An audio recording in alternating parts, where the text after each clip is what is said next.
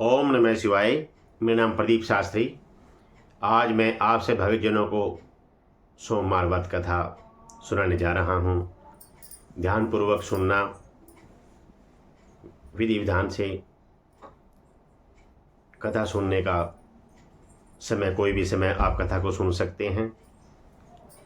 और एक लोटा जल लें, उसमें गंगा जल मिला लें और एक घी का दीपक जगाएं शंकर भगवान जी के सामने और कथा को श्रवण करें, सुने। फिर जल भगवान शंकर जी को अर्पण करें। इससे महादेव, देवों के देव महादेव प्रसन्न हो जाते हैं और हम पर सदैव अपनी कृपा बनाए रखते हैं। ओम नमः शिवाय। कथा प्रारंभ होते है। सुनो वीर हनुमान, आसंधि जो आन करें, सदा करो कल्याण सियापति राम। जय जय राम मेरे प्रभु राम, जय जय राम करो जी कल्याण सीताराम। ओम नमः शिवाय। आज सोमवार व्रत कथा प्रारंभ। प्राचीन काल में एक धनवान सेठ था, जिसके यहाँ धन की कुछ भी कमी नहीं थी, परंतु सब कुछ होते हुए भी उसे एक बड़ा भारी दुख संतान न होने का था और पुत्र प्राप्ति की चिंता में हर समय बेचैन रहता था। वह पुत्र प्राप्ति की कामना से हर सोमवार को भगवान शंकर जी का व्रत और पूजन किया करता था और सायंकाल में शिव जी के मंदिर में धूप दीप जलाया करता था। और उसकी सच्ची श्रद्धा भक्ति देख करके एक समय श्री जगन माता पार्वती ने श्री भगवान जी भोले भंडारी से अन्य विनती की। साथ जोड़कर कहा कि हे त्रिलोकीनाथ, यह सेठ आपका भगत है, इसलिए आप इस पर कृपा कीजिए और इसकी मनोकामना पूर्ण कर दीजिए। श्री पार्वती जी की यह बात सुनकर के देवों के देव महादेव जी बोले कि हे गिरिजा, यह संसार एक कर्म अक्षेत्र है। यहाँ प्राणी कर्म करने को सिर धारण करता है। जैसे किसान खेत में जैसा बीज बोता है वैसे ही फल प्राप्त करता है, ठीक इसी प्रकार संसार में जो जैसा कर्म करता है वो वैसा ही फल पाता है। अपनी अपनी करनी का ही सब प्राणी फल भोगते हैं। यह बात सुनकर के दयामती श्री पार्वती जी ने फिर अन्य विनय करके कहा कि हे प्राणनाथ, जबकि यह बेचारा रात दिन दृढ़ विश्वास के साथ आपकी भक्ति करता है, तब आप कृपा करके इसके दुख का निवारण कीजिए। आप तो दया के धाम हैं, अतएव इस पर दया अवश्य ही करनी चाहिए।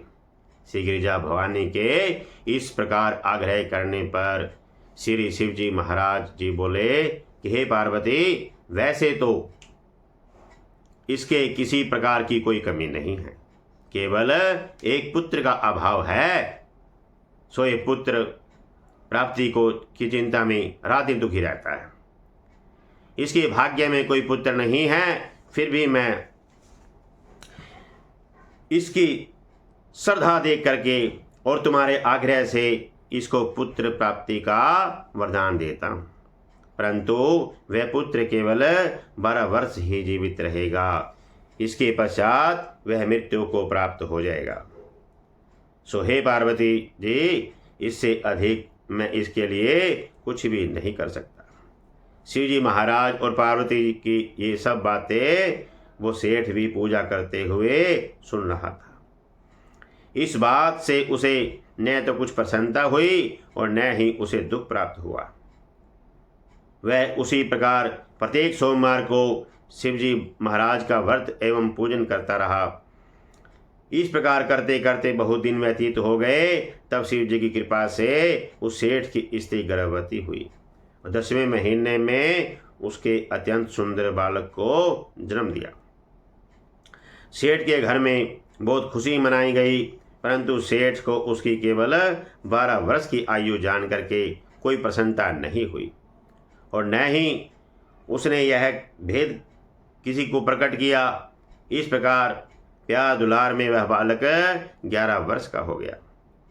तब उस बालक की माता ने अपने पतिदेव से कहा कि हे प्राणनाथ, अब मेरा लाल सियाना हो गया है, अतः किसी सुंदर गुणयुक्त कन्या से इसका विवाह रचा दीजिए। इस पर सेठ ने कहा कि अभी इसका विवाह नहीं करूँगा, क्योंकि मैं इसे काशी जी में भेजना चाहता हूँ।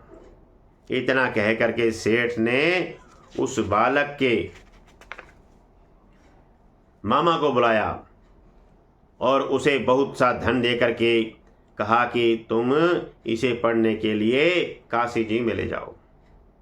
मार्ग में जहाँ भी ठहरो वहाँ पर यज्ञ व दान दिल खोल करके करते जाना तथा भूखों को भोजन वस्त्र देते हुए चले जाना। इस प्रकार समझा बुझाकर सेठ ने दोनों को भेज दिया। वे दोनों मामा भांजे यज्ञ रचाते हुए भूखों को वस्त्र और भोजन तथा ब्राह्मणों को दान देते हुए चले जा रहे थे। चलते चलते मार्ग में एक शहर में रुके। देवयोग से उस नगर के राजा की कन्या का विवाह होने वाला था और वर पक्ष का जो राजा बारात लेकर के आया था उसका लड़का एक आंख से काना था। राजा को इस बात की बड़ी चिंता थी कि काणे वर को देख करके कन्या के माता पिता विवाह से इनकार न कर दें। इस कारण जब उसने अति सुंदर सेठ के लड़के को देखा तो मन में विचार किया कि क्यों न इस लड़के को दूल्हा बना करके बरात का ढुकाव करा लिया जाए, जिससे किसी प्रकार की कोई बाधा न पड़े। ऐसा विचार करके राजा ने उस लड़के के मामा से प्रार्थना की तो वह दोनों सहमत हो गए। तुरंत ही सेठ के पुत्र को स्नान आदि करा करके तेल फुलेल मल करके उसे वर के वस्त्राभूषण पहना दिए। इस प्रकार उसका सौंदर्य और भी अधिक बढ़ गया और उसे घोड़ी पर चढ़ा करके बड़ी धूमधाम से बरात का ढुकाव कराया। उस सुंदर वर को देख करके स्त्रियां बहुत प्रसन्न हुई और बड़ी सुंदरता से सब काम हो गया। वर के पिता ने सोचा कि इस समय का काम तो संपन्न हो गया है, परंतु आगे फेरों के वक्त भी कहीं कोई बाधा न पड़ जाए, इसलिए विवाह कार्य भी इसी लड़के से करा लिया जाए तो अच्छा है। ऐसा विचार कर वर के पिता ने उस लड़के के मामा से फिर विनय पूर्वक अनुकूल वचन कहे कि आप कृपा करके फेरों और कन्यादान का काम भी करा दें तो आपकी बड़ी कृपा होगी। हम इसके बदले में जितना भी कहोगे धन दे देंगे। उन दोनों मामा भांजे ने वर के पिता को यह बात भी स्वीकार कर ली और विवाह का समस्त कार्य भी अच्छी तरह से संपन्न हो गया। परंतु जब लड़का महल में गया और प्रेमलाप करने के बाद राजकुमारी सो गई तो उसने राजकुमारी को चुंदरी के पल्ले पर लिख दिया कि तेरा विवाह मेरे साथ हुआ है, परंतु जो राजकुमार तुझे ब्याहने आया है वह एक आंख से काना है, इसलिए उसके बदले मुझे दूल्हा बना करके सब कार्य कराया गया है। अब तुझे उसी के साथ भेजा जाएगा और मैं काशी जी में पढ़ने जा रहा हूँ। यह बात लिख करके सेठ का पुत्र तो चला आया और जब राजकुमारी सोते से उठी और अपनी चुनरी के पल्ले पर यह बात लिखी देखी तो उसने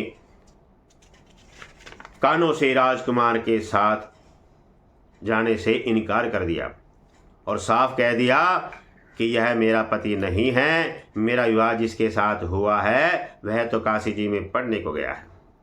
यह रहस्य जान करके राजकुमारी के माता पिता ने राजकुमारी को विदा नहीं किया और बारात को खाली ही लौटना पड़ा। बारात के लौट जाने के बाद पश्चात राजकुमारी ने ब्रह्मचर्य व्रत के साथ साथ सोमवार का व्रत करना शुरू कर दिया। उधर सेठ का लड़का अपने मामा के साथ काशी जी में पहुंचकर विद्या अध्ययन के साथ नित्य प्रति यज्ञ करता और याचकों तथा ब्राह्मणों को दान देता। इस प्रकार लड़के की आयु 12 वर्ष की हो गई। तब एक दिन उन्होंने यज्ञ रचा रखा था कि उस लड़के ने अपने मामा से कहा, आज मेरी तबीयत बहुत खराब है। यह सुनकर अपने मामा ने भीतर लेटकर आराम करने को कहा। मामा की आज्ञा पाकर के सेठ का लड़का अंदर जाकर के सो गया और सोते ही सोते उसके प्राण निकल गए। थोड़ी देर के बाद जब उसके मामा ने देखा तो उसे मरा हुआ पाया। यह देख करके उसे बहुत दुख हुआ। फिर भी उसने सोचा कि यदि इस समय रोना पीटना किया तो यज्ञ अधूरा रह जाएगा। अतः उसने धैर्य धारण करके यज्ञ को संपूर्ण कराया और ब्राह्मणों को भोजन वस्त्र व दान दे करके विदा कर दिया। यज्ञ में सब देवताओं सहित वहाँ शिव पार्वती भी आए हुए थे। माता पार्वती जी ने तमाम हाल जान करके और सुंदर गुण युक्त सेठ के पुत्र को मरा हुआ देख करके शिव जी से कहा कि हे प्रभु, यह तो उसी सेठ का पुत्र है जो कि आपके वरदान से हुआ था। पार्वती जी की यह बात सुन करके शिव जी ने कहा, पार्वती, इसकी आयु इतनी ही थी, सो ये भोग चुका है। तब पार्वती जी बोली कि हे प्रभु जी, यज्ञ में समस्त देवताओं सहित आपने भी जो भोग यज्ञ में ग्रहण किए हैं वे सब निषोध हो गए, क्योंकि यह यज्ञ के समय भी मरा पड़ा है। इसलिए आपको इसे जीवन दान देना होगा। दूसरे एक अबला के साथ इसका विवाह हुआ है और वह आज तक आपकी व्रत व पूजन प्रत्येक सोमवार को करती है। उसकी आत्मा की पुकार को और आप स्वयं ही जानते हैं, क्योंकि आप समदर्शी हैं। तीसरे, इस लड़के का पिता प्रत्येक सोमवार को आपका व्रत एवं पूजन कर रहा है। क्या यह आप परम भगत इसका मरना सुनकर के दुख नहीं पाएगा? सो हे प्रभु, आप कृपा करके इसे जीवन दान दीजिए। इस प्रकार पार्वती जी के बार बार आग्रह करने पर शिव जी ने उसको जीवन दान दे दिया। तब शिव जी की कृपा से वह सेठ का लड़का पुनः जीवित हो गया और शिव पार्वती कैलाश को चले गए। अब वह लड़का और उसका मामा प्रसन्नचित उसी प्रकार यज्ञ करते हुए अपने घर को वापस लौटे और उसी नगर में आए जहाँ उसका विवाह हुआ था। वहाँ घर जब उन्होंने उस नगर में यज्ञ आरंभ कराया तो खबर पाते ही राजा रानी उस सेठ के लड़के को पहचान करके उसे राजमहल में ले गए और वहाँ उनकी बहुत खातिरदारी की। इसके बाद बहुत सारा धन दे करके दास दासी सहित अपनी लड़की को जमाता को विदा किया। अब वे सब उसी प्रकार यज्ञ रचाते हुए अपने नगर में आ गए। तब उसके मामा ने कहा कि मैं पहले तुम्हारे घर जा कर के खबर कर दूं। इतना कह कर के मामा चल दिया। उस समय उसके माता पिता अपने ऊंचे मकान की छत पर इस विचार में बैठे हुए थे कि यदि हमारा पुत्र सकुशल वापस लौट आया तो हम भी छत पर से उतर आएंगे, अन्यथा वहीं से गिर करके अपने प्राणों का अंत कर देंगे। उसी समय लड़के के मामा ने आकर के यह समाचार दिया कि उसका पुत्र सकुशल आ गया है, परंतु उसको विश्वास नहीं हुआ। तब लड़के के मामा ने शपथपूर्वक तमाम बीता हुआ हाल सुनाया और कहा कि आपका पुत्र राजा की लड़की से विवाह करके अनेक दास दासियों सहित राजकुमारियों को लेकर के आया है। तब तो सेठ ने बहुत खुशी से उसका स्वागत किया और आनंद और प्रसन्नता से रहने लगे। इसी प्रकार जो कोई सोमवार के व्रत को धारण करेगा अथवा इस पुण्य करने वाली कथा को सुनाएगा, उसके सब दुख दरिद्र नष्ट हो जाएंगे और उसकी सब मनोकामनाएं पूर्ण होगी। बोल शंकर भगवान की जय।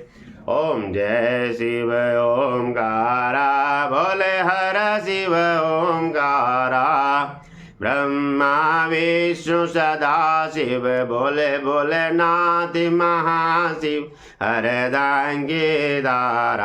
ओम हरे हरे हरे महादेव। एकानन चतुरानन पंचानन राजे बोले पंचानन राजे। हंसासन गरुड़ासन हंसासन गरुड़ासन वृषवाहन साजे। ओम हरे हरे हरे महादेव। द्वैभुज चार चतुर्भुज दश भुज ते सोहे भोले दश भुज ते सोहे। तीनों रूप निरखता शंकर जी के रूप निरखता त्रिभुवन जन मोहे। ओम हरे हरे हरे महादेव। अक्षय माला वन माला बुढ़ माला दारी बोले बुढ़ माला दारी। चंदन मृग मंदुलेपन चंदन मृग मंदुलेपन बोले शुभकारी। ओम हरे हरे हरे महादेव। श्वेतांबर पीतांबर वाडांबर अंगे बोले वाडांबर अंगे। सनकादिक ब्रह्मादिक सनकादिक ब्रह्मादिक प्रेतादिक संगे। ओम हरे हरे हरे महादेव। कर मध्य दुख मंडल चक्र त्रिशूल धरता बोले चक्र त्रिशूल धरता। जग करता जग हरता सुख करता दुख हरता जग पालन करता। ओम हरे हरे हरे महादेव। ब्रह्मा विष्णु सदाशिव जानक अविवेका बोले जानक अविवेका। प्रणवाक्षर के मध्य ओम अक्षर के मध्य ये तीनों एका। ओम हरे हरे हरे महादेव। काशी में विश्वनाथ विराजे नंदा ब्रह्मचारी बोले नंदा ब्रह्मचारी। नित्य उठे हो गल गावत शंकर जी के दर्शन पावत महिमायति भारी। ओम हरे हरे हरे महादेव। तेरे गुण स्वामी जी के आरत जो कोई नर गावे बोले प्रेम सहित गावे। कहत शिवानंद स्वामी मन पठित हरि हर स्वामी मन वांछित फल पावे। ओम हरे हरे हरे महादेव। ओम जय शिव ओमकारा बोले हर शिव ओमकारा। ब्रह्मा विष्णु सदाशिव बोले भोलेनाथ महाशिव हरदांगे दारा। ओम हरे हरे हरे महादेव। बोल शंकर भगवान की जय। बोल गौ माता की जय। बोल नगर खेड़े की जय। बोल पितर महाराज की जय। बोल धर्म की जय हो अधर्म का नाश हो प्राणियों में सद्भावना हो विश्व का कल्याण हो। जय कराई शेरावाली का बोल सच्चे दरबार की जय। सचिया जोता वाली माता तेरी सदा ही जय हो। ओम नमः शिवाय।